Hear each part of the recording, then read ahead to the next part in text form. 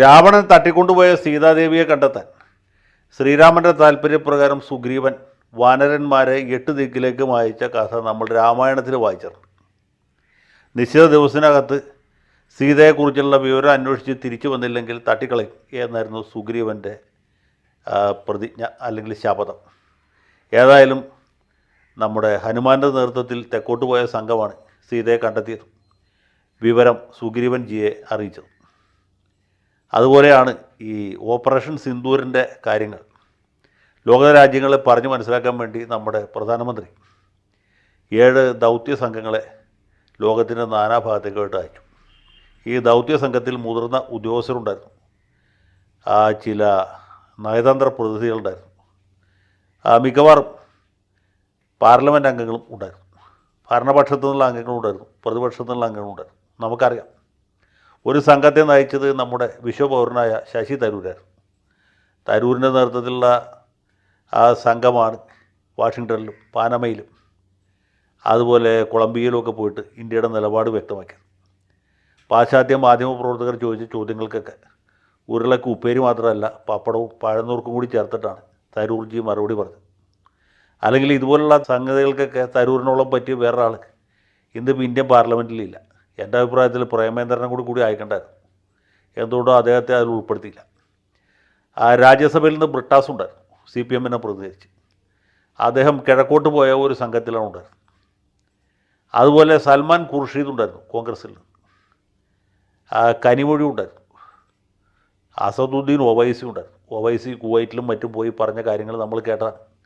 അദ്ദേഹം പാർലമെൻറ്റിൽ പറയുന്ന അതേ രീതിയിൽ തന്നെ പാകിസ്ഥാനെക്കുറിച്ച് ഈ അറബി രാജ്യങ്ങളിൽ ചെന്ന് ആഞ്ഞടിച്ച് പറയുന്നത് കേട്ട് സത്യം പറഞ്ഞാൽ ഈ തലയിലെ രോമം വരെ എഴുന്നേറ്റ്, അത്ര ഗംഭീരമായിരുന്നു. ബ്രിട്ടാസ് ആണെങ്കിലും ഖുർഷീദാണെങ്കിലും മോശമാക്കിയില്ല. ഖുർഷീദ് പാർട്ടി നിലപാടിനെതിരായ ചില കാര്യങ്ങളാണ് ജക്കാർത്തയിലും മറ്റും പോയി പറഞ്ഞത് എന്ന് പോലും ആക്ഷേപമുണ്ട്. 370 അനുച്ഛേദം പിൻവലിച്ചതിനെക്കുറിച്ച് ചോദിച്ചപ്പോൾ അദ്ദേഹം പറഞ്ഞു അതിനുശേഷം കാശ്മീരിൽ സമാധാനം തിരിച്ചു വന്നു, അതുകൊണ്ട് നേട്ടമേ ഉണ്ടായുള്ളൂ എന്ന്. ഇത് പാർട്ടി നിലപാടിന് വിപരീതമാണ്. പാർട്ടി ഇനി അധികാരത്തിൽ വരുമ്പോൾ 370 അനുച്ഛേദം പണ്ടത്തേക്കാൾ ഗംഭീരമായിട്ട് തിരിച്ചു കൊണ്ടുവരുന്നു.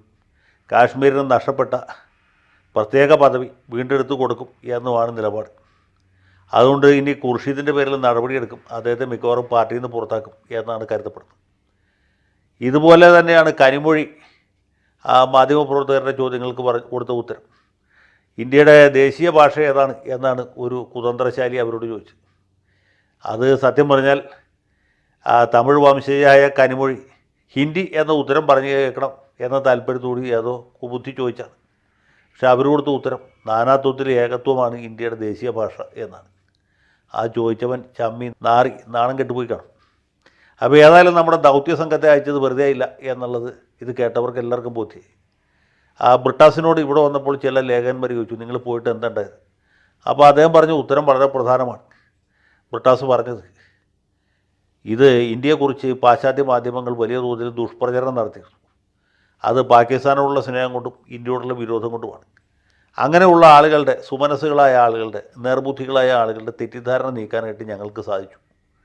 സർക്കാരിൻ്റെ നിലപാടാണ് ഞങ്ങൾ വ്യക്തമാക്കിയത്. അത് ഖുർഷീദും പറഞ്ഞു. സംഘത്തിൽ പോയ ആളുകളുടെ വ്യക്തിപരമായ നിലപാടോ അവരുടെ രാഷ്ട്രീയ പാർട്ടികളുടെ നിലപാടോ അല്ല, രാജ്യത്തിൻ്റെ നിലപാടാണ് അവിടെ വ്യക്തമാക്കിയത്. അത് ബ്രിട്ടാസൂരിയാനോട് പറഞ്ഞു ഞാൻ അംഗമായ സംഘത്തിൽ ഭരണകക്ഷിക്കാരേക്കാൾ കൂടുതൽ പ്രതിപക്ഷ അംഗങ്ങളായിരുന്നു. പക്ഷേ ഞങ്ങൾ തമ്മിൽ യാതൊരു അസ്വാരസ്യവും ഉണ്ടായില്ല. കാരണം ഞങ്ങളെല്ലാവരും രാജ്യത്തിൻ്റെ നിലപാടാണ് ഉയർത്തിപ്പിടിച്ചത്. സത്യം പറഞ്ഞാൽ ഇതായിരുന്നു ഈ ദൗത്യ സംഘത്തെ അയച്ചതിൻ്റെ ഉദ്ദേശം. ആ ഉദ്ദേശം നിറവേറി എന്ന കാര്യത്തിൽ ഇന്ത്യക്കാരൻ എന്ന നിലയ്ക്ക് നമുക്ക് അഭിമാനിക്കാം. ബ്രിട്ടാസ് ഒരു കാര്യം കൂടി പറഞ്ഞു.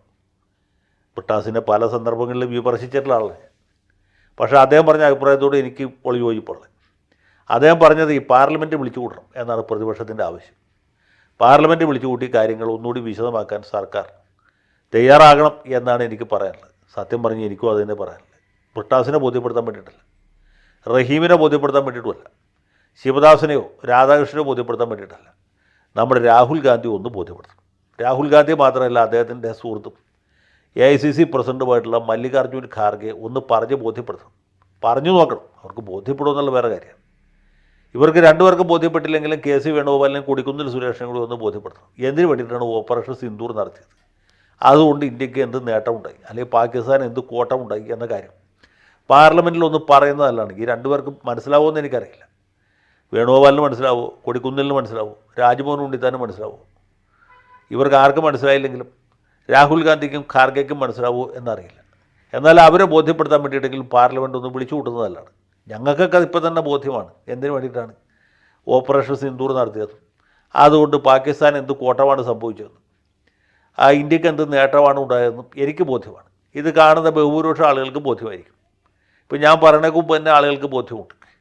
പക്ഷേ ഞാൻ നേരത്തെ പേരെടുത്ത് പറഞ്ഞ ആളുകൾക്ക്, അതായത് രാജ്മോഹൻ ഉണ്ണിത്താൻ, പിന്നെ നമ്മുടെ കൊടിക്കുന്നിൽ സുരേഷ്, ഇവരുടെയൊക്കെ തലതൊട്ടപ്പനായ കെ സി വേണുഗോപാൽ, കാണപ്പെട്ട ദൈവമായ രാഹുൽ ഗാന്ധിക്ക്, പുള്ളിയുടെ പ്രധാന സജീവനും അദ്ദേഹത്തിൻ്റെ പ്രധാന കയ്യാളുമായിരിക്കുന്ന AICC പ്രസിഡന്റ് ഖാർഗെക്ക്, ഇത്ര പേർക്ക് ഒന്ന് പറഞ്ഞ് മനസ്സിലാക്കി കൊടുക്കണം. അതിന് വേണ്ടിയിട്ടെങ്കിലും പാർലമെൻറ്റ് ഒന്ന് വിളിക്കണം. ഇത് ബ്രിട്ടാസിൻ്റെ മാത്രമല്ല, എൻ്റെയും കൂടി ഒരു അഭ്യർത്ഥനയാണ്.